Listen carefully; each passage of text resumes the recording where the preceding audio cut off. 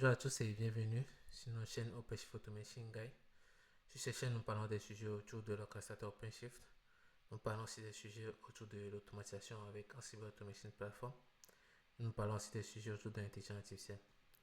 Alors, cette série de vidéos fait suite à notre précédente vidéo où nous avons vu ensemble comment créer nos modèles, entraîner nos modèles et analyser nos données. Donc, dans un premier temps, nous avons vu avec la création de notre workbench ici qui s'appelle Lab 1 avec un certain nombre de dépendances de packages.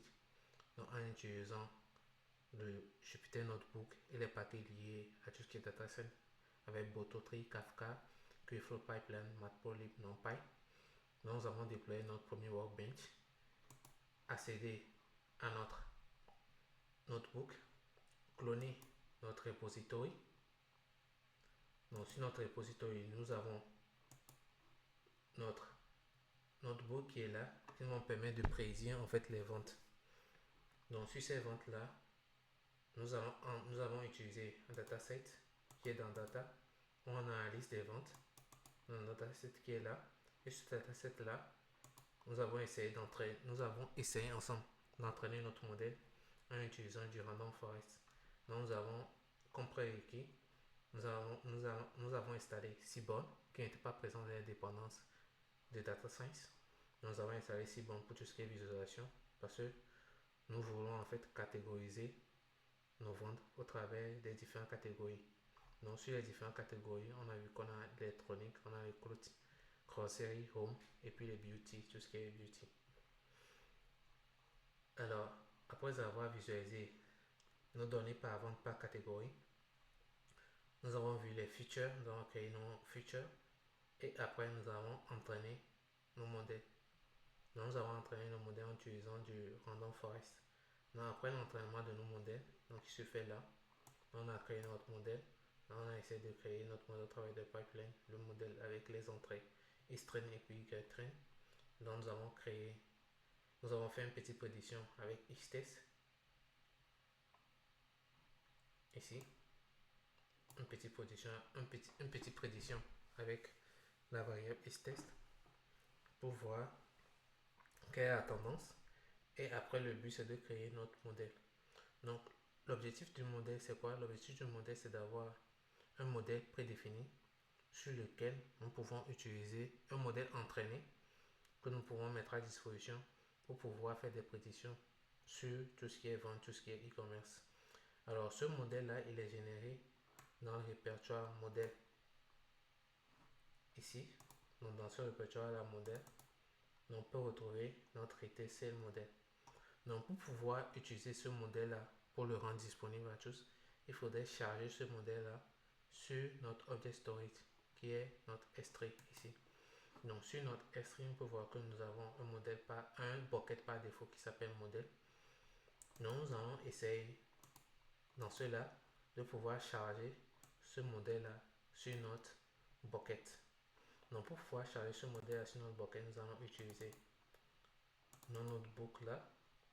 Donc, ce notebook-là nous permet d'uploader en fait nos modèles sur notre Minayo. Donc, dans le premier temps, nous allons voir tout ce qui est indépendance. Après, nous allons charger tout ce qui est variable d'environnement. Donc, nous allons utiliser le module OS pour charger toutes les variables d'environnement. Nous allons utiliser notre bucket qui s'appelle Artifacts. Donc, après, nous allons charger ce modèle-là sur notre extrait. Alors, sans plus tarder, nous allons dans cette vidéo, nous allons dans cette petite session voir comment utiliser les variables d'environnement. Donc, en termes de variables d'environnement, je reviens là. Quelles sont les variables d'environnement qui sont chargées par défaut? Donc, je peux utiliser la commande env pour voir la liste des variables d'environnement. Donc, déjà, vu que nous allons utiliser le module OS pour récupérer les différents éléments de connexion à notre S3, à notre object storage, donc nous allons vérifier déjà est-ce que ces différentes variables d'environnement existent. Donc, si elles n'existent pas, nous allons les créer ensemble. Donc, je apprends ma commande env et j'applique la commande grep -i avec le nom. Alors, qu'est-ce que j'ai fait? Ok, non, il n'a pas pris. Alors, voilà. Voilà, super. Donc, il n'existe pas.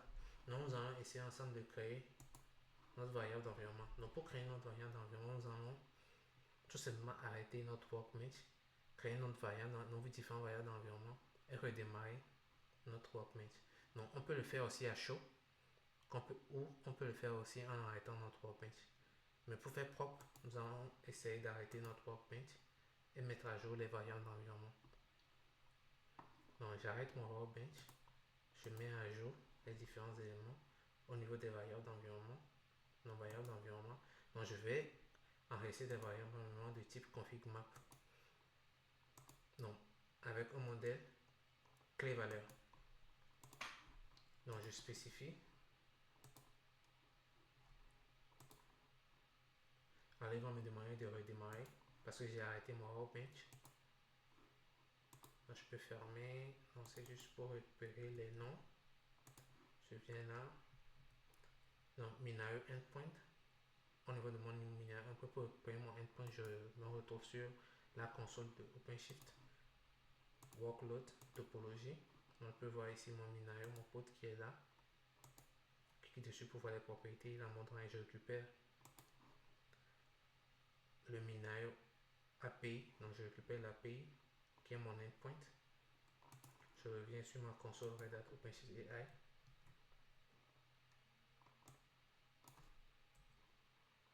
Je vous expliquerai pourquoi j'enlève le HTTPS après. Donc, je définis les autres variables d'environnement.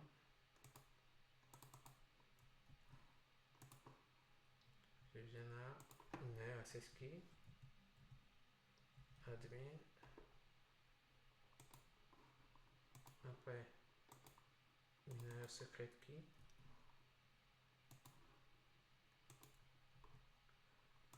Voilà, je mets mon mot de passe. Et après, nous allons définir le Minayo basket. Donc, Minayo basket, on le laisse pour le moment vu que on ne le met pas défaut. Mais si on veut, on peut le définir au niveau des variables d'environnement. Donc, les variables d'environnement seront rattachées uniquement à notre workbench. Donc voilà, donc je peux fermer là, leave. Je viens là, j'enregistre, je mets à jour mon workbench. Après, je démarre mon workbench.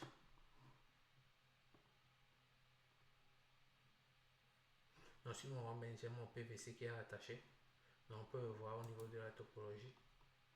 Donc, au niveau du storage, au niveau des précédents volumes clés, je peux voir mon storage qui est là, mon lab 1 qui est monté avec 20 Go de données. Je peux le voir aussi au niveau de mon Red Hat OpenShift AI sur l'onglet Cluster Storage. Donc, je peux voir mon volume qui est là, mon PVC qui est là, qui est monté sur un storage classe de type GPT-3. GP3 plutôt. Je reviens au niveau de mon workbench, il est toujours en cours. Il est bien démarré. Donc, dès qu'il sera démarré, je pourrai vérifier à nouveau si mes variables d'environnement sont présentes. Voilà, super. Donc, j'ai mes variables d'environnement qui sont présentes, qui sont chargées, mais qui sont disponibles au niveau de mes config maps. Donc, on peut le voir aussi au niveau de la console, au niveau de workload, config map.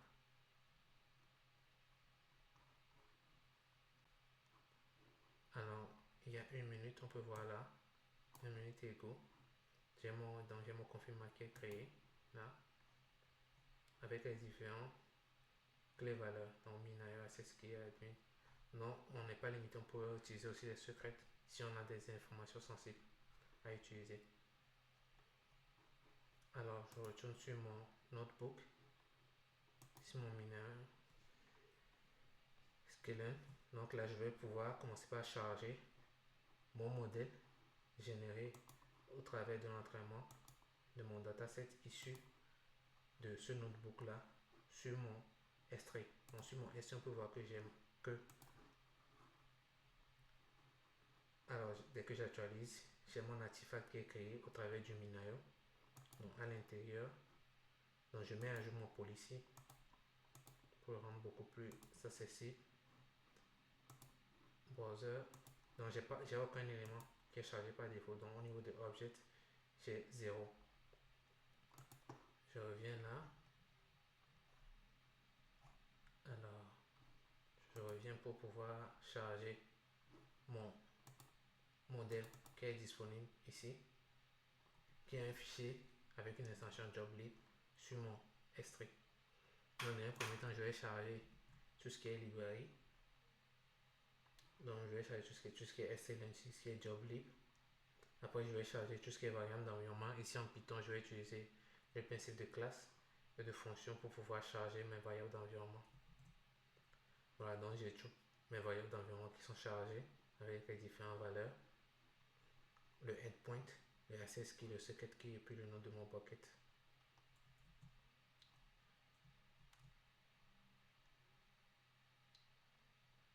Donc voilà, ici j'ai déjà une erreur. Name data time is not defined. Donc name data time is not defined, c'est-à-dire que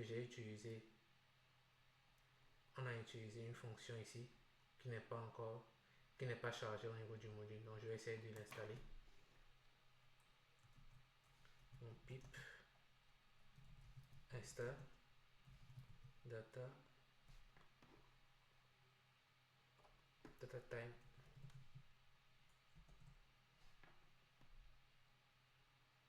Alors qu'est-ce qu'il me dit? Qu'est-ce que j'ai mis? Data time, non, c'est date time plutôt. My bad. Voilà, super, je mets à jour. Allez.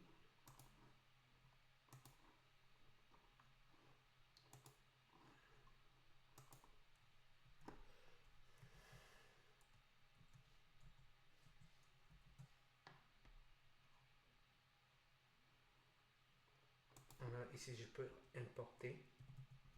Import date time. Voilà, super. Je vérifie juste un petit truc.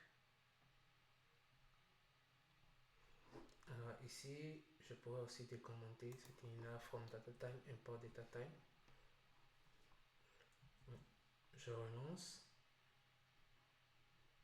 Module has not attribute. Alors ce que je peux faire tout simplement, c'est que je restart mon kernel. Ensuite, je toutes les outputs. Et je réexécute mes cellules. Voilà. Dépendant déjà disponible. Voilà. Qu'est-ce qu'il me dit? Module data time has not attribute. Ok.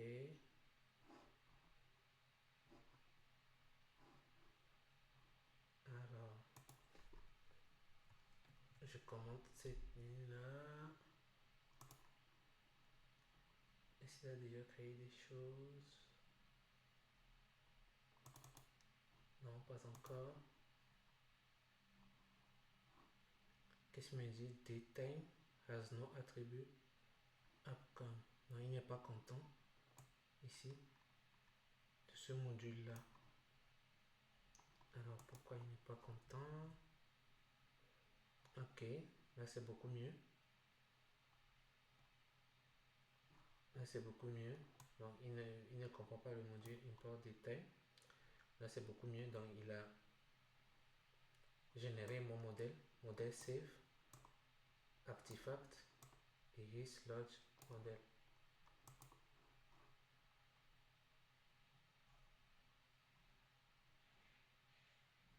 Voilà, super. Là, je peux vérifier au niveau de mon...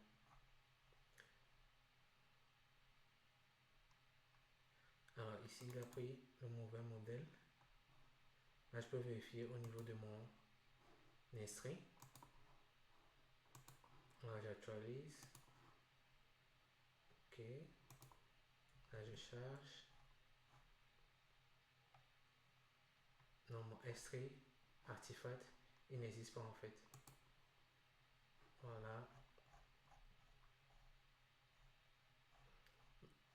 Alors, je pense que je n'ai pas pris le bon. J'ai pas pris le bon modèle. Donc, on va utiliser ce notebook là, c'est beaucoup mieux, qui va charger en fait. On va ici qui va charger notre modèle sur S3. Donc on a notre modèle que nous avons généré précédemment qui est dans modèle RTC modèle, dans notre artefact que nous avons créé tout à l'heure, et il est là. Mais en fait c'est pas l'objectif de cela. Donc l'objectif de cela c'est de vous montrer, après avoir entraîné votre modèle et la création de votre modèle RTC, de pouvoir le charger sur Minayo. Donc ici, donc je vais installer tout ce qui est dépendance. Donc il y aura quelques petits warnings sur la version de Onyx.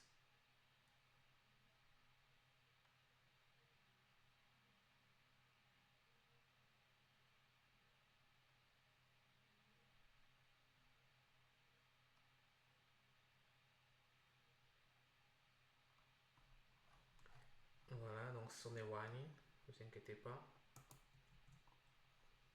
Donc ici, je vais toujours récupérer mes variables d'environnement. Mon modèle PAF qui est défini par défaut, qui est un modèle ITC. Voilà, donc je récupère les variables d'environnement au niveau de mon, qui sont définies au niveau de mon config map. Donc là, je charge mon modèle ITC sur mon Minayo S3. Donc je peux réactualiser. Non, on n'a pas d'objet.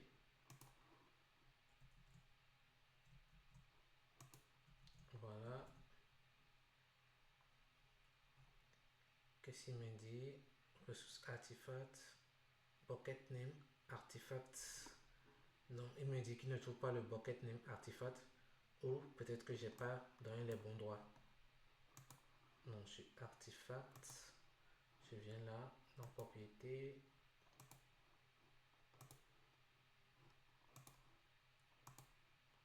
Donc j'ai bien un bon droit, public. Je refresh.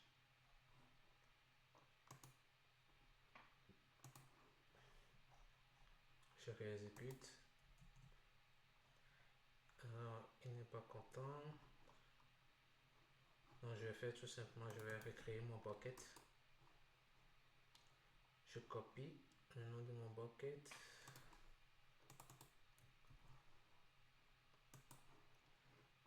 Alors je vais supprimer mon bucket. Bucket. Tac. Delete bucket. Delete. Create. Voilà, je crée mon bucket. Je donne les bons droits. Je mets en public.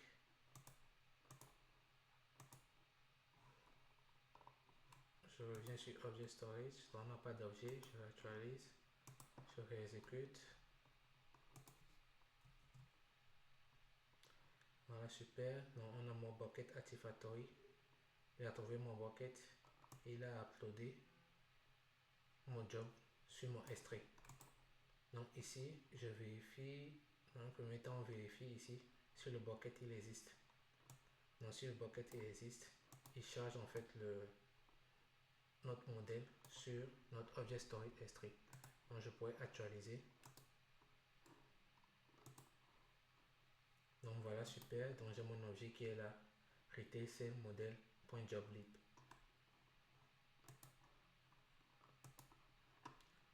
Voilà, super. Donc j'ai mon modèle qui est disponible sur mon S3. Donc il peut être disponible par toute personne qui a accès à mon S3. Donc il peut utiliser mon modèle. Voilà un peu ce que je voulais vous montrer dans cette vidéo. Donc dans la prochaine vidéo qui va arriver, nous allons voir comment utiliser les pipelines, comment créer un pipeline pour avoir un cycle de vie de traitement de nos différents modèles d'intelligence artificielle, de l'analyse de données, à l'intégration de données et à l'entraînement de nos données et à une prédiction. Allez, restez connectés et à la prochaine pour la suite de la vidéo. Merci.